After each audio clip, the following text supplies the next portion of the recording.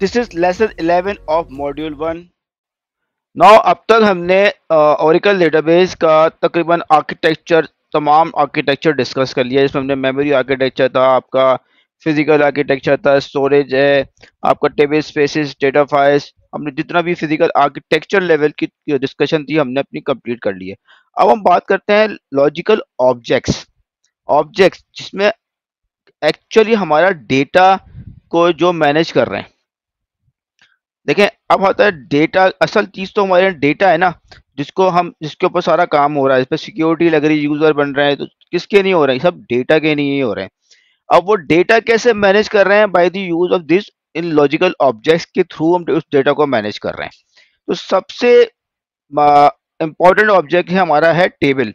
Table क्या है? हमारा डेटा सेव होता है in terms of row and column के और रो के फॉर्मेट के अंदर हमारा डेटा सेव होता है। मतलब अब आपका डेटा एक्चुअल जो सेव हो रहा है वो आपको कहाँ सेव हो रहा है? वो आपका टेबल के अंदर सेव हो रहा है। टेबल में डेटा कैसे हो रहा है? मतलब कॉलम क्या है? आपके एट्रीब्यूट्स हैं। लेट्स सपोज आपका कोई कस्टमर है, कस्टमर के एट्रीब्यूट्स क्या होंगे? कस्टमर का नाम होगा, कस्टमर का एड्रेस होगा, कस्टमर का फोन नंबर हो गया। ठीक है, तो ये क्या है? कस्टमर के एट्रीब्यूट्स है, तो एट्रीब्यूट्स क्या कहेंगे? कॉलम्स कहेंगे। अब आते हैं कस्टमर, नंबर ऑफ कस्टमर। एक कस्टमर है आमिर, एक कस्टमर है इकबाल, एक कस्टमर है कामरान, आमिर का फोन नंबर ये है, कामरान का फोन नंबर ये। तो ये क्या हुआ? नंबर ऑफ कस्टमर्स हो गए। ये कहाँ पे लिखेंगे आप? नंबर ऑफ रोज, इसे हम कहेंगे रोज। ठीक है, और वही चीज है जो जो कस्टमर की जैसे एट्रीब्यूट्स कह रहे हैं, जब प्रॉपर्टीज ले रहे हैं आप उसको, तो वो क्या होंगे? आपके कॉलम्स होंगे। तो क्या हो रहा है? डेटा कैसे सेव हो रहा है? रो एंड कॉलम के फॉर्मेट में सेव हो रहा है, इन टेबल्स में सेव हो रहा है। अब आया सेकंड, आता है इंडेक्स। अब इंडेक्स क्या चीज है? कि बेसिकली हम अपने उस डेटा को फास्टेस्ट एक्सेस करने के लिए बना रहे हैं, फास्टेस्ट सर्चिंग करने के लिए इंडेक्स डेटाबेस के अंदर क्रिएट कर रहे हैं। उसका पर्पस ये आ गया ना कि अब लेट्स सपोज मेरे पास डेटा है जिसके अंदर मेरा मिलियंस ऑफ रिकॉर्ड्स मौजूद हैं। अब मिलियंस ऑफ रिकॉर्ड के अंदर बहुत सा डेटा है, मुझे सर्च करना है। अब लेट्स सपोज एक नाम है कामरान, आपने सर्च करना है। अब वो कामरान नाम के डिफरेंट कस्टमर हो सकते हैं, आपके 20 कस्टमर भी हो सकते हैं, 30 कस्टमर भी हो सकते हैं। तो अब आपने सर्च करने, तो अब आपको सर्च करने के लिए वो पूरी डेटाबेस के अंदर सर्च करेगा। तो अगर आप उसका एक इंडेक्स बना देंगे कि जी कामरान एक किस किस जगह पे कौन कौन से रो के ऊपर लिखा है, तो फिर आप उसी पर्टिकुलर जगह पे पहले सर्च करेंगे, फिर आप उसी पॉइंट ऑफ रो के अंदर जाके आपको पॉइंटर ले जाएगा। तो क्या हुआ? इंडेक्सिंग से आपका डेटा में सर्चिंग फास्ट हो गई। अब इंडेक्सेस क्या हो गए? इंडेक्सेस क्या कर रहे हैं? आपकी परफॉर्मेंस को इम्प्रूव करने की। आपने कोई क्वेरी लगा रहे हो, कोई सर्चिंग कर रहे हो आपने डेटा के अंदर, तो आप क्या करो? इंडेक्सिंग आपके सर्चिंग को इम्प्रूव कर देगी, फास्टर रिट्रीवल जो है आपको फास्ट कर देगी। ठीक है, आप इंडेक्स आप एक से ज्यादा कॉलम के ऊपर बना सकते हैं। अब इंडेक्स मुख्तलिफ टाइप से, बी ट्री इंडेक्स भी होता है, बिटमैप इंडेक्स भी होता है, और फंक्शन बेस्ड इंडेक्स भी होता है। फंक्शन बेस्ड इंडेक्स भी हो सकता है।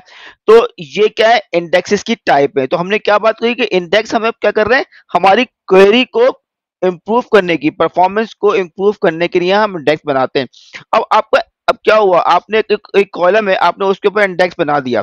ओके, अब आपकी डेटा इसमें इंसर्ट भी हो रहा है, डिलीट भी हो रहा है, अपडेट भी हो रहा है। तो अब आपका जब डेटा डीएमएल परफॉर्म हो रही है, तो डीएमएल के साथ साथ क्या हो रहा है? फिर क्या होगा? आपका जो है इंडेक्स है वो भी आपका अपडेट होगा।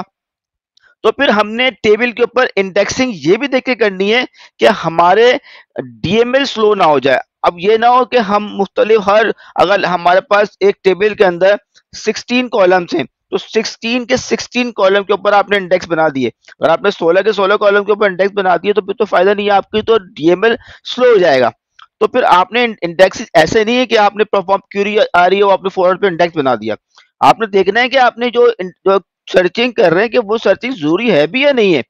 अब वो चला, वो सर्चिंग आप सिर्फ क्वेरी की एक दो मरतबा कर रहे हैं, हो सकता है यूजर गलत गलत सर्चिंग कर रहा है, तो आपने उस पर इंडेक्स बना दिया। तो फिर आप उस क्वेरी को ऑप्टिमाइज करें।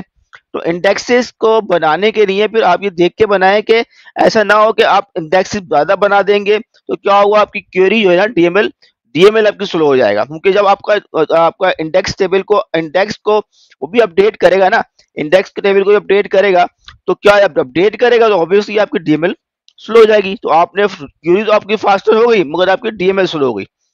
ठीक है, अब आता है हमारे पास तीसरा है व्यू। अब व्यू क्या है? बेसिकली हम किसी क्वेरी, कोई कॉम्प्लेक्स क्वेरी है, अब एक सेलेक्ट चला रहा हूँ मैं डेटाबेस के ऊपर, एक मुख्तलिफ टेबल्स के ऊपर ज्वाइनिंग को यूज करे, इनर ज्वाइन लेफ्ट ज्वाइन लगाते हुए मैंने एक कॉम्प्लेक्स क्वेरी बनाई। अब उस क्वेरी को मैं एग्जीक्यूट कर रहा हूँ, एक बड़ी क्वेरी, अगर लेट्स मेरे पास 10-15 लाइन की क्वेरी है, अब मैं उसको मुसलसल एग्जीक्यूट कर रहा हूँ, तो अब क्या हुआ, अब एक क्वेरी को बार बार एक ही क्वेरी को मैं लिख रहा हूँ और उसको एग्जीक्यूट कर रहा हूँ।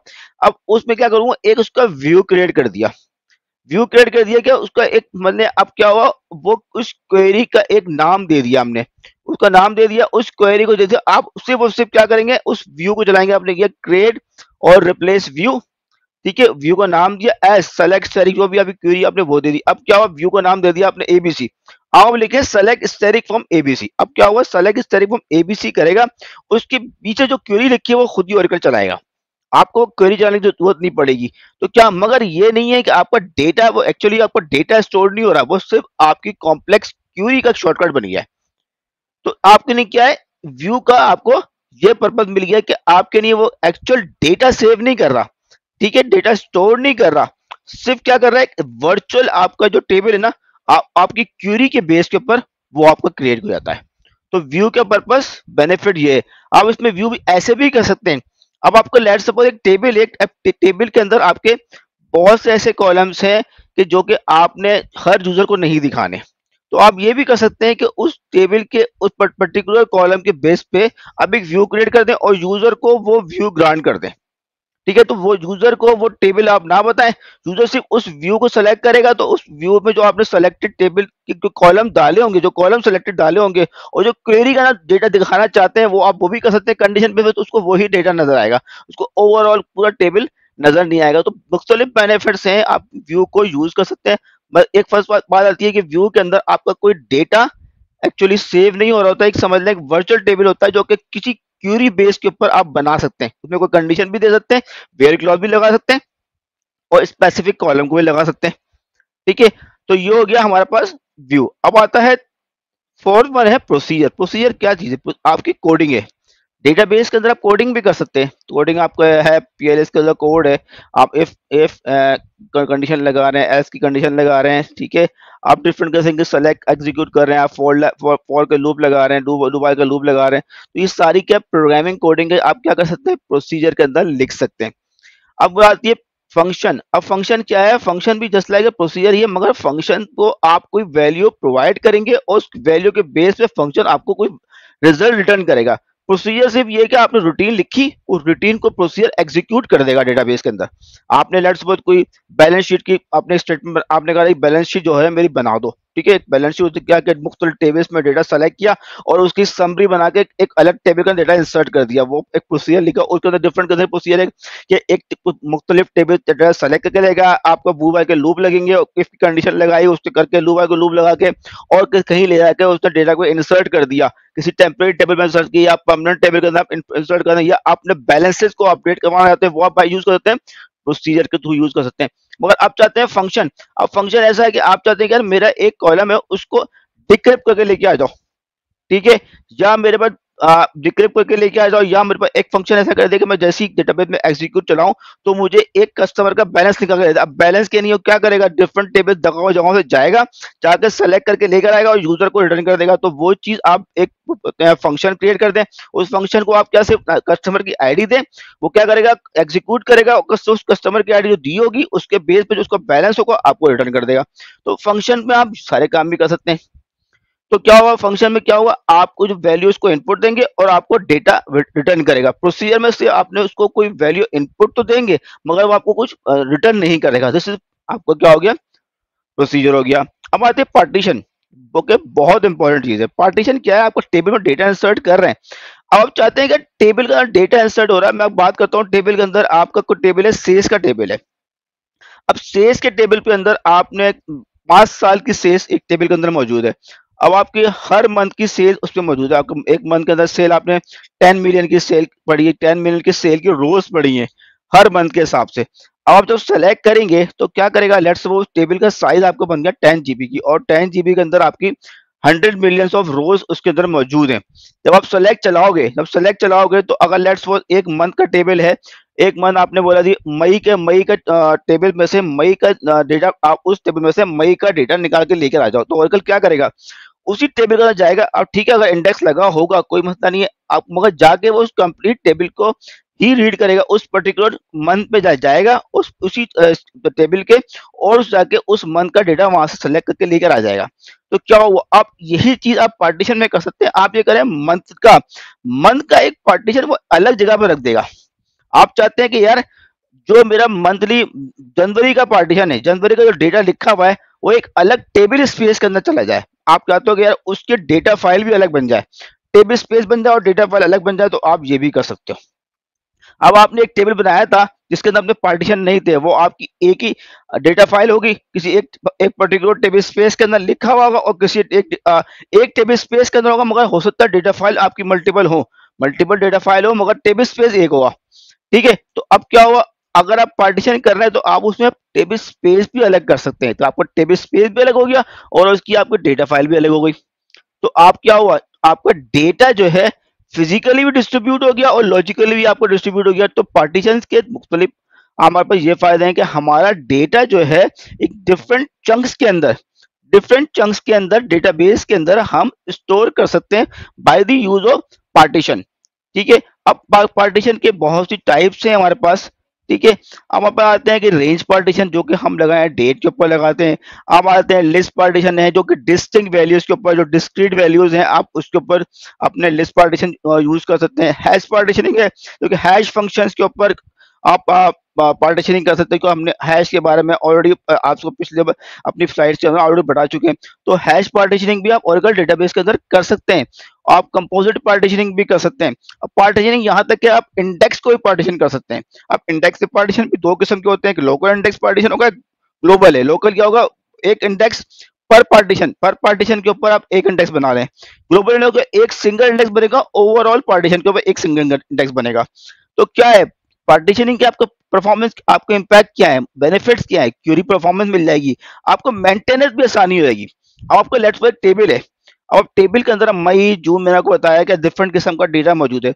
अब आपने उसको चाहते हैं कि यार मई का डेटा यहाँ से निकाल दूं, मई का डेटा डिलीट कर दूं, आके मुझे इसका टेबल का साइज बढ़ रहा है, मई का डेटा मैं यहाँ से निकाल डिलीट कर देता हूँ, आर्काइव कर देता हूँ। अब क्या होगा, जब आप पार्टीशनिंग इस्तेमाल करेंगे ना, आप नॉर्मल टेबल की बात करता हूँ, अगर मेरा मई का डेटा निकालना है तो क्या करूंगा, डिलीट करूंगा। जब डिलीट करूंगा तो क्या जनरेट हो जाएगी, डीफ्रेगमेंटेशन जनरेट हो जाएगी। डीफ्रेगमेंटेशन क्या चीज है, ये कि आपके पास क्या ओरेकल क्या करेगा, वो रो उस पर्टिकुलर जगह से डिलीट तो कर देगा, मगर एक्चुअल आपकी स्पेस वहां से रिक्लेम नहीं होगी। ठीक है, तो क्या हुआ, आपका लेट्स फॉर 10 जीबी का टेबल था और आपने उसमें लेट्स फॉर मई की कोई रोज आपने डिलीट कर दी, उसका साइज था 5 जीबी, मैं एग्जांपल दे रहा हूँ। तो वो 5 जीबी का क्या होगा, स्पेस आपका ओएस लेवल रिलीज नहीं होगा। ठीक है, वो क्या हुआ, डीफ्रेगमेंटेड डेटा वहां मौजूद रहेगा। तो आपको जब नॉर्मल टेबल के ऊपर डिलीट चलाएंगे तो ये होगा, मगर अगर आप पार्टीशनिंग यूज करेंगे तो आप क्या करेंगे, वो पूरा पार्टीशन वहां से रिमूव कर सकते हैं। तो क्या होगा, वो आपका वो पार्टीशन किसी स्पेसिफिक टेबल स्पेस के अंदर था, ठीक है, वो आपने वहां से पार्टीशन पूरा वहां से रिमूव किया और उसके अंदर क्या किया, आपने उस टेबल स्पेस को ड्रॉप कर दिया। तो क्या हुआ, आपको एक्चुअल स्पेस भी मिल गई, तो आपकी मेंटेनेंस भी आसान हो गई। ठीक है, तो परफॉर्मेंस भी क्या होगा, बेटर परफॉर्मेंस मिलेगी। और डेटा लाइफ साइकिल मैंने आपको बता दिया, आर्काइविंग और पर्जिंग वटेवर जो है, आप जो है by the use of partitioning कर सकते हैं। और इंडेक्स इंडेक्स पार्टीशनिंग भी होती है और टेबल पार्टीशनिंग भी मौजूद है ओरेकल के अंदर। ठीक है, अब आती है सिनोनियम्स। सिनोनियम जस्ट लाइक एक शॉर्टकट है। लेट्स सपोज मेरा कोई ऐसा ऑब्जेक्ट है जो मैं रिमोटली इस्तेमाल कर रहा हूँ, जैसे मेरी रिमोट डेटाबेस है, उसके थ्रू उस ऑब्जेक्ट को यूज कर रहा हूँ, सेलेक्ट कर रहा हूँ और किसी किसी दूसरी डेटाबेस के साथ से सेलेक्ट करके लेके आओ, तो उसका क्या होगा, शॉर्टकट बना लूंगा मैं। तो शॉर्टकट बना सकता हूँ कि नेटवर्क टेबल का। तो क्या होगा, सिनोनियम हमारा जस्ट लाइक एक शॉर्टकट है। तो क्या कॉम्प्लेक्स नेम को आप एक इजिएस्ट नेम के थ्रू आप सेलेक्ट कर सकते हैं by the use of synonyms. और इसमें क्या हुआ था कि जस्ट लाइक एलियाज है, आपने इसको ऑब्जेक्ट का एक एलियाज बना दिया, किसी आप इसको व्यू को भी व्यू के बेस पे बना सकते हैं, किसी व्यू का आपने एलियाज बना दिया, या आप किसी टेबल का ऊपर आप कोई एलियाज सिनोनिम क्रिएट कर सकते हैं। तो क्या है, एक एलियाज है, एक शॉर्टकट है उस पर्टिकुलर ऑब्जेक्ट का।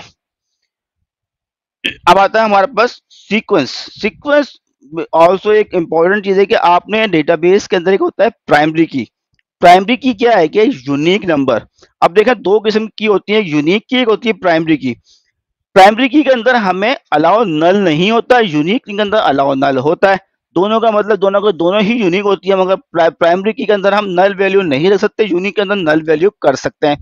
तो अब आती है सीक्वेंस, हम बात करें सीक्वेंस की। तो सीक्वेंस क्या है, हमारे पास यूनिक नंबर जनरेट करेगा। सीक्वेंस अगर मुझे प्राइमरी की जब बनानी है, 1 2 3 नंबर में रख रहा हूँ, तो क्या करेगा, 1 2 3 नंबर एग्जीक्यूट लेकर आएगा आपको, मगर वो नंबर जो भी होगा वो प्राइमरी की पे होगा, आपको उस पर्टिकुलर प्राइम सीक्वेंस के ऊपर। ऐसा नहीं हो सकता कि वन जो है अगर किसी दूसरे यूजर ने सेलेक्ट किया, select next val, next val का मतलब next value, select next value from एक पर्टिकुलर सीक्वेंस से, तो उसको आपने वन दे देगा। अगर सेट किसी और यूजर ने भी उसको नेक्स्ट वेल चलाया है, तो उसको वन नहीं मिलेगा, उसको टू ही मिलेगा। तो क्या होगा, ये आपको प्राइमरी की वैल्यू अगर आप जनरेट करवानी है by the use of sequence, आप कर सकते हैं। तो आपको एक बिल्कुल यूनिक वैल्यू मिलेगी जो कि डुप्लीकेट नहीं हो सकती। ये हो गई हमारी सीक्वेंसेस।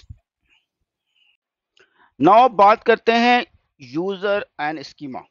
तो देखें, यूजर क्या है कि जो आपके डेटाबेस पे लॉगिन कर रहा है, यूजर आपका वो है। जैसे कि आपने यूजर बनाया इन्वेंट्री का, या आपने यूजर बनाया कामरान का, आपने अब ये यूजर आपका क्रिएट हुआ और उसको आपने ग्रांट्स दिए कि आपने क्रिएट सेशन करना है। ठीक है, यूजर आपको क्रिएट सेशन किया और आपको डेटाबेस में से सेलेक्ट कर रहा है। तो वो क्या है, यूजर्स हैं जो कि जिसको डेटाबेस पे कनेक्ट करने के राइट्स हैं, और वो डेटाबेस पे अपने ऑपरेशन परफॉर्म कर रहे हैं। अब डेटाबेस पे डेटा इंसर्ट कौन कर रहा है, इंसर्ट, अपडेट, डिलीट, सेलेक्ट कर रहे हैं, जो आपको डेटाबेस चीजें चल रही हैं, कौन कर रहे हैं, वो यूजर ही कर रहे हैं ना। ठीक है, और डेटा टेबल के अंदर लिख रहे हैं, डेटा टेबल पे से सेलेक्ट कर रहे हैं, जो भी डिलीट कर रहे हैं, अपडेट कर रहे हैं, वो कौन कर रहे हैं, वो आपके यूजर कर रहे हैं। असल एक्चुअल ऑपरेशन परफॉर्म करने वाले कौन है, वो आपके यूजर ही हैं। अच्छा, अब आपकी एक एप्लीकेशन है। अब आपकी एप्लीकेशन है, जैसे कि मैं आपके पास कोई अकाउंट्स की एप्लीकेशन है, वो अकाउंट्स की एप्लीकेशन है, या मैं बात करता हूँ ओरेकल ईआरपी है। ओरेकल ईआरपी के अंदर यूजर होता है एप्स के नाम से। ठीक है, या कोई और एप्लीकेशन है, सिंबल्स की एप्लीकेशन है, T24 एप्लीकेशन है। तो क्या होता है, इन सब के अपने अपने यूजर्स होते हैं जो उनके एप्लीकेशन पे कनेक्ट करने, एप्लीकेशन से डेटाबेस पे कनेक्ट करने का यूजर बनाते हैं। ठीक है, अब जैसे मैं ओरेकल ईआरपी का होता है एप्स का यूजर। अब एप्स का यूजर जब डेटाबेस पे कनेक्ट करेगा, वो एप्स के यूजर से कनेक्ट करेगा, डेटाबेस पे एप्लीकेशन कनेक्ट करेगा ओरेकल ईआरपी। अब वो ओरेकल ईआरपी के अपने टेबल भी होंगे। अब एप्स के टेबल्स हैं, टेबल के अपने इंडेक्सेस भी होंगे, उसके अपने व्यू भी होंगे, और उसके पैकेजेस भी होंगे। ओके, वो यूजर जिसके अपने ऑब्जेक्ट्स मौजूद हैं, अपने इंडेक्सेस मौजूद, मतलब अपने ऑब्जेक्ट्स हैं, वो हम कहते हैं स्कीमा। स्कीमा एक किसी यूजर से साथ रिलेट कर सकता है। स्कीमा और यूजर एक ही चीज हो, मगर यूजर अगर कोई ऑब्जेक्ट्स होंगे, उसके उस ऑब्जेक्ट में डेटा होगा, तो वो क्या कहलाएगा, स्कीमा कहलाएगा। और कोई यूजर आपने क्रिएट किया जो कि सिर्फ डेटा सिर्फ रिट्रीव कर रहा है, सिर्फ डेटाबेस पे कनेक्शन बना रहा है और डेटा सिर्फ रिट्रीव कर रहा है। कहाँ से कर रहा है, वो हो सकता है किसी दूसरे स्कीमा से रिट्रीव कर रहा हो। लेट्स सपोज मैंने यूजर बनाया एप्स के नाम से, अब उसमें हमने ऑब्जेक्ट क्रिएट कर दी, अब मैंने ऑब्जेक्ट टेबल क्रिएट किया, अब वो क्या हो गया, मेरा सिर्फ यूजर नहीं रहा, अब वो मेरा स्कीमा बन गया। ओके, अब मैंने यूजर बनाया इमरान या आमिर, ठीक है, बिलाल का मैंने यूजर बनाया। उस यूजर को मैंने ग्रांट दे दिए कि एप्स के जीएल एज के यूजर के टेबल को सेलेक्ट करो। ठीक है, सेलेक्ट के राइट्स दे दिए उस यूजर को, बिलाल को एप्स के पर्टिकुलर टेबल के ऊपर सेलेक्ट के राइट्स दे दिए। अब बिलाल को सेलेक्ट जब कर चलाएगा, select static from apps dot, और उसके ऑब्जेक्ट का नाम देगा या उसके उसके टेबल का नाम देगा, तो वो फिर डेटा कहाँ से लेके आएगा, एप्स के स्कीमा के अंदर जो टेबल है वहां से निकाल के रिटर्न करेगा, किसको, बिलाल को। तो बिलाल एक यूजर हो गया और एप्स जो क्या हुआ, स्कीमा हो गया। ठीक है, तो ये दो डिफरेंस है एप्स यूजर एंड स्कीमा के अंदर। अब बात आते हैं पैकेजेस। हमने लास्ट डिस्कस किया था कि हमारे पास प्रोसीजर एंड फंक्शन, कि क्या होगा, नंबर ऑफ प्रोसीजर्स को मिला के हम क्या बनाते हैं, पैकेजेस, जिसके अंदर मुख्तलिफ हमारे पास प्रोसीजर्स मौजूद होंगे। अब एक प्रोसीजर हमने लिखा जीएल के अंदर, उसके अंदर बैलेंस शीट के अंदर, बैलेंस शीट बनाने के लिए डिफरेंट किस्म के प्रोसीजर हो सकते हैं। तो सारे के सारे प्रोसीजर जो बैलेंस शीट को कैलकुलेट करने के लिए मैंने क्या कि एक पैकेज में डाल दिए। ठीक है, अब मैंने कोई पैकेज बनाया कि जी कस्टमर की इंक्वायरी का प्रोसीजर उसमें डाल दिया, ठीक है, कस्टमर में इंस्ट्रक्शन का प्रोसीजर भी उसमें डाल दिया, कस्टमर डिलीट करने का प्रोसीजर उसी में डाल दिया। तो एक पैकेज है जो उसका जो कि कस्टमर के ऑपरेशंस के नहीं है, उस कस्टमर के ऑपरेशन का टेबल है, वो पैकेज है, उस पैकेज के अंदर मुख्तलिफ प्रोसीजर्स हैं। तो मैं क्या करूंगा, उस पैकेज के प्रोसीजर अलग अलग कॉल कर सकता हूँ। क्या हो, एक पैकेज के अंदर मुख्तलिफ प्रोसीजर्स जो एक पैकेज के अंदर मुख्तलिफ प्रोसीजर्स होंगे, उसको हम क्या कहेंगे, पैकेजेस कहेंगे। अब आती है ट्रिगर। ट्रिगर ये है कि हम किसी भी पर्टिकुलर एक्शन के ऊपर एक ऑटोमेटिक कोई हमारी रूटीन या पीएस का कोड ऑटोमेटिक चल जाए। मतलब मैं टेबल के अंदर इंसर्ट कराऊं, जैसी इंसर्ट हो कोई डेटाबेस में आपके टेबल में इंसर्ट हो, तो मेरा एक प्रोसीजर ऑटोमेटिक चल जाए। एग्जाम्पल ले लेते हैं कि मैं कस्टमर का टेबल है, ठीक है, अब एक मेरा मैंने उसकी सेल्स एंटर करता हूँ, सेल्स की सेल्स इनवॉइस इंसर्ट करी। जैसी सेल्स इनवॉइस इंसर्ट की तो उसके मैंने क्या किया, उसके मैंने ये बताऊंगा कि उसके अंदर कितने कितने मेरे पास टोटल कितनी की इनवॉइस बनी थी। ठीक है, अब क्या हुआ, मैंने एक टेबल बनाया जिसका मैंने लिखा कस्टमर बैलेंसेस। ठीक है, कस्टमर बैलेंसेस, जैसे ही मेरा डेटा इंसर्ट हो कस्टमर की इनवॉइस के बारे में, क्या करे, बैलेंस के टेबल के अंदर जाके उसके बैलेंस को अपडेट कर दे। तो क्या करे, एक रूटीन लिखी, जैसे ही इंसर्ट हो ऑटोमेटिकली बैलेंस का टेबल भी अपडेट कर दे। तो इस किस्म की एक्टिविटी को परफॉर्म करने के लिए कि हमारे इंसर्ट, अपडेट, डिलीट, इनके ऊपर मैं चाहता हूँ कि जैसे ही हमारा टेबल के ऊपर ये ऑपरेशन परफॉर्म हो तो ऑटोमेटिकली मेरा कोई रूटीन चल जाए। ठीक है, तो हम by the use of trigger कर सकते हैं। अब आती है मटेरियलाइज व्यू। मटेरियलाइज व्यू जैसे हमने डिस्कस किया लास्ट टाइम, व्यूज। व्यूज में क्या था कि हम कोई क्यूरी को के बेस के ऊपर अपना एक व्यू बनाते थे। ठीक है, उस जस्ट लाइक उसका शॉर्टकट समझ लें आप, उसमें हम कोई डेटा सेव नहीं करते थे। एक कॉम्प्लेक्स क्यूरी थी, उस कॉम्प्लेक्स क्यूरी के बेस पे हमने एक व्यू क्रिएट कर दिया। अब बाद में सेलेक्ट करते थे उस व्यू के नाम से, तो उस कॉम्प्लेक्स क्यूरी को पीछे रन करता था और डेटा हमें रिटर्न कर देता। तो उसमें डेटा एक्चुअल स्टोर नहीं होता, मगर मटेरियलाइज व्यू के अंदर हम डेटा एक्चुअल स्टोर कर सकते हैं। ठीक है, मेरी एक क्वेरी है जो कि बहुत सारे टेबल से डेटा लेकर आती है। ठीक है, अब वो जब मैं चलाता हूँ, बार बार चलाऊंगा अपने उस क्वेरी को, तो मैं देखता हूँ यार मैं डेली बेस पे सेम क्वेरी चलाता हूँ। अब क्या होता है, मैं हर बार हमारा कुछ बैलेंसेस अपडेट हो रहे हैं, कुछ चीज़ें अपडेट होती रहती हैं, माइनर चेंजेस अपडेट हो रही है, डेली बेस पे उस चीज़ों उसमें डेटा अपडेट होता रहता है। अब मैं वही सेम क्वेरी चलाता हूँ, बार बार पिछला रिकॉर्ड भी रीड करके लेकर आता हूँ। तो अब उसके लिए क्या है, मैं ये कर अब मुझे बार-बार सेम क्वेरी चलाना पड़ रही है और पिछले उस रिकॉर्ड को भी रीड कर रहा हूँ। तो अब मेरा ऑब्वियसली बात है, मेरा वर्कलोड डेटाबेस के ऊपर आएगा। ठीक है, जितना मेरा टेबल का साइज़ बढ़ता जाएगा, अगर मैं प्रीवियस रिकॉर्ड को भी रीड करते जा रहा हूँ, तो क्या होगा, मेरा क्वेरी ऑब्वियसली मेरी क्वेरी कॉस्ट बढ़ जाएगी। ठीक है, तो उसके लिए ये है कि आप क्या करें, मटेरियलाइज़ व्यू बना लें। मटेरियलाइज़ व्यू क्या होगा, क्या करेगा, लेट्स सपोज़ आपने कहा जी डेटा आपने चलाया, फरवरी का सारा डेटा एक जगह पे स्टोर कर लिया। ठीक है, अब आप ऑटोमेटिक जो भी चेंजेस आ रही हैं, आपका जनवरी में आपकी मजीद कोई डेटा आता जा रहा है, तो ऑटोमेटिक क्या होगा, उस उसके ऊपर आप अपडेट भी कर सकते हैं। अभी रूटीन बना दें और वो क्यूरी ऑटोमेटिकली जो आपकी लगी होगी व्यू के अंदर, वो क्यूरी के बेस के ऊपर डेटा आके एक्चुअल एक अलग टेबल के अंदर स्टोर होता रहेगा, और उसमें जो भी चेंजेस आ रही हैं वो भी आप इंक्रीमेंटल लेवल के ऊपर अपडेट होती रहेंगी। ठीक है, आप incremental not full, first time पे जैसे आप क्वेरी चलाएंगे, मटेरियलाइज व्यू बनाएंगे, तो फुल डेटा उसके ऊपर नए टेबल के अंदर बन जाएगा। नेक्स्ट टाइम आप इसकी मटेरियलाइज व्यू की जॉब बना दें तो वो ऑटोमेटिकली मटेरियलाइज व्यू की जॉब क्या करेगा, वो इंक्रीमेंटल डेटा होगा, मटेरियलाइज व्यू की लॉग जनरेट होगी। मटेरियलाइज व्यू की लॉग होती है, वो क्या यही चेक कर रहे होते हैं कि जो इंक्रीमेंटल डेटा आ रहा है वो वहां पे अपडेट करेगा। तो ये क्या होगा, एक्चुअल डेटा आपका स्टोर हो जाएगा, तो ऑब्वियसली आपको परफॉर्मेंस अच्छी मिलेगी। आपको बार बार जाके जो एक्चुअल टेबल्स है उसको आप सेलेक्ट करने की जरूरत नहीं, ओरेकल खुद ही एक टाइम पे जॉब सिर्फ इंक्रीमेंटल डेटा लेकर आएगा, पूरा डेटा लेकर नहीं आ रहा, इंक्रीमेंट फर्स्ट टाइम एक डेटा लेकर आ गया, बाद में सिर्फ जो चेंजेस आ रही है सिर्फ वही लेकर और आप सिर्फ उस पर्टिकुलर डेटा को सेलेक्ट कर रहे हो। आप वहां से आपको ऑब्वियसली आपको फिल्टर डेटा मिल रहा है। क्योंकि आप एक क्वेरी चला रहे हो तो क्वेरी किसी फ़िल्टर करके ऑपरेशन करके लेकर आ रहे हो ना, तो फ़िल्टर होके मल्टीप्लाई व्यू के अंदर आ गई। अब मल्टीप्लाई व्यू के अंदर भी वो अपडेट होती रहेंगी।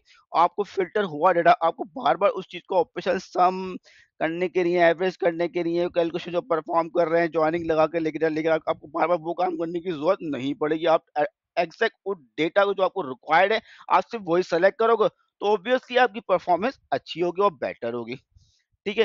लास्ट वन बात करें डेटाबेस लिंक। डेटाबेस लिंक ये है कि दो डेटाबेस के थ्रू अगर डेटाबेस मेरी एक बनी हुई है सर्वर ए के ऊपर, एक डेटाबेस मेरी सर्वर बी के ऊपर बनी हुई है, या एक ही डेटाबेस एक ही सर्वर पर, मतलब दो डेटाबेस एक ही सर्वर पर बनी है, तो मैं चाहता हूँ कि दो डेटाबेस के दरमियान से मैं लिंक बनाना चाहता हूँ कि एक डेटाबेस में रहते हुए दूसरी डेटाबेस से कोई ऑब्जेक्ट सेलेक्ट करना चाहता हूँ।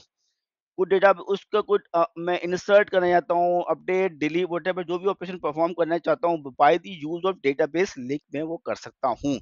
मैं क्रिएट डेटाबेस लिंक करूँगा, डेटाबेस लिंक का नाम दूँगा और बताऊँगा कि मैं इसको इस पर्टिकुलर डेटाबेस के साथ कनेक्ट करना हूँ। जैसे मैं टीएनएस एंट्री की बात की थी, यूजिंग टीएनएस एंट्री का नाम दूँगा मैं वहाँ पे, तो क्या होगा एक मेरे पास डेटाबेस का लिंक क्रिएट हो जाएगा, जो कि हम ऑलरेडी पढ़ चुके हैं। एक डेटाबेस का लिंक क्रिएट हो जाएगा तो क्या करेगा, एक डेटाबेस में रहते हुए किसी दूसरी डेटाबेस के साथ आप सेलेक्ट कर सकते हैं, जिसके आपको हमने बताया था रिको का प्रोसेस। डिस्ट्रीब्यूट ट्रांजैक्शन आपके डेटाबेस लिंक पे आप डेटाबेस पे लिंक को यूज करते हुए आप कोई अपडेट क्वेरी चला रहे हैं, इंसर्ट अपडेट कर रहे हैं या डिलीट कर रहे हैं, तो आपकी डिस्ट्रीब्यूट ट्रांजैक्शन वहां पर आ जाएंगे। आपको रिको का जो बैकग्राउंड प्रोसेस आपका वो इन्वॉल्व होगा। तो बैक तो डेटाबेस लिंक का क्या पर्पस हो गया कि आप एक डेटाबेस में रहते हुए किसी दूसरी डेटाबेस के ऑब्जेक्ट्स को अगर आप कॉल करना चाहते हैं या उनके ऊपर कोई ऑपरेशन परफॉर्म करना चाहते हैं, by the use of database link आप कर सकते हैं।